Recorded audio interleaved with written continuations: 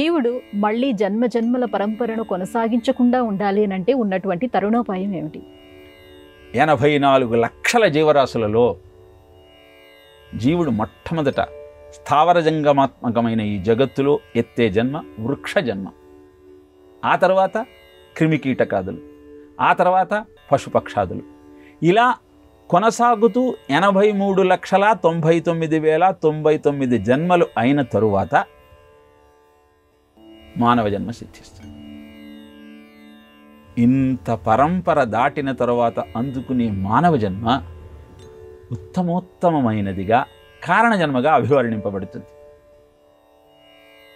చెట్టు అందుకే తన వృక్షఛాయలో ఏ సాధుపుంగవుడైనా సరే సేద తీరితే చాలు, తన వృక్షం యొక్క పండును ఆరగిస్తే చాలు అని భావిస్తుంది.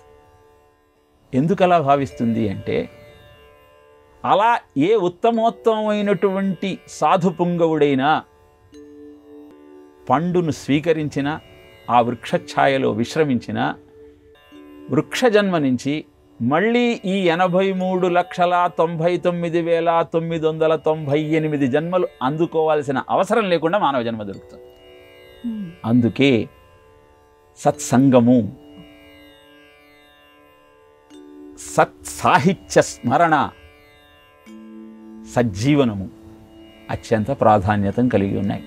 గురువును ఆశ్రయించి ఆయన శుశ్రూష చేస్తూ అద్భుతమైన మానవ జన్మను సుసంపన్నం చేసుకోగలిగితే, పరమేశ్వర ప్రాప్తిని అందుకోగలిగితే మళ్ళీ పుట్టాల్సిన అగత్యం ఉండదు.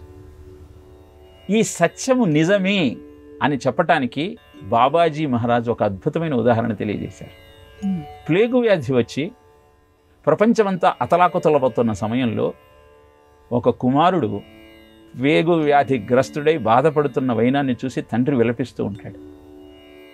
ఎందుకు నాన్న బాధపడుతున్నారు అని కొడుకు ప్రశ్నిస్తే, నాకు కురువు పెట్టాల్సిన నీవు నా కనుల ముందే కనుమరుగైపోతూ ఉంటే బాధగాక మరేమిటి అని ప్రశ్నిస్తాడు.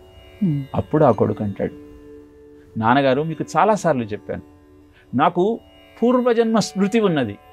పూర్వజన్మలో నేను ఒక తుమ్మ చెట్టును, ఒక సాధుపుంగవుడు దంతధావన కోసం నా వృక్షం యొక్క కొమ్మను పెరికి తన కార్యక్రమాన్ని నెరవేర్చుకున్నాడు. ఆ పుణ్యం కారణంగా నేను మీ ఇంట జన్మించాను. ఈ విషయం నాకు తెలుసు కనుక చిన్నతనం నుంచి గురువుల సాహచర్యంలో వారి శుశ్రూష చేస్తూ గడిపాను. అందుకే నాకు ముక్తి దొరకబోతోంది. ఇంత తక్కువ వయసులో నాకు ఆ పరమేశ్వర సాయుధ్యం దొరకబోతోంది. ఈ విషయాన్ని తెలుసుకొని మీరు బాధపడకండి అంటూ తన పూర్వజన్మ రహస్యాన్ని చెప్పాడు అంటూ సిక్కు గురువు అయిన బాబాజీ మహారాజ్ తాను చూసినటువంటి ఈ దృశ్యాన్ని శిష్యులకు వివరించాడు. కనుక ఈ జన్మ పరంపర నుంచి బయటపడాలి అని భావిస్తే గురువును ఆశ్రయించి ఆయన శుశ్రూష చేయటమే అద్భుతమైన ఉపాయం.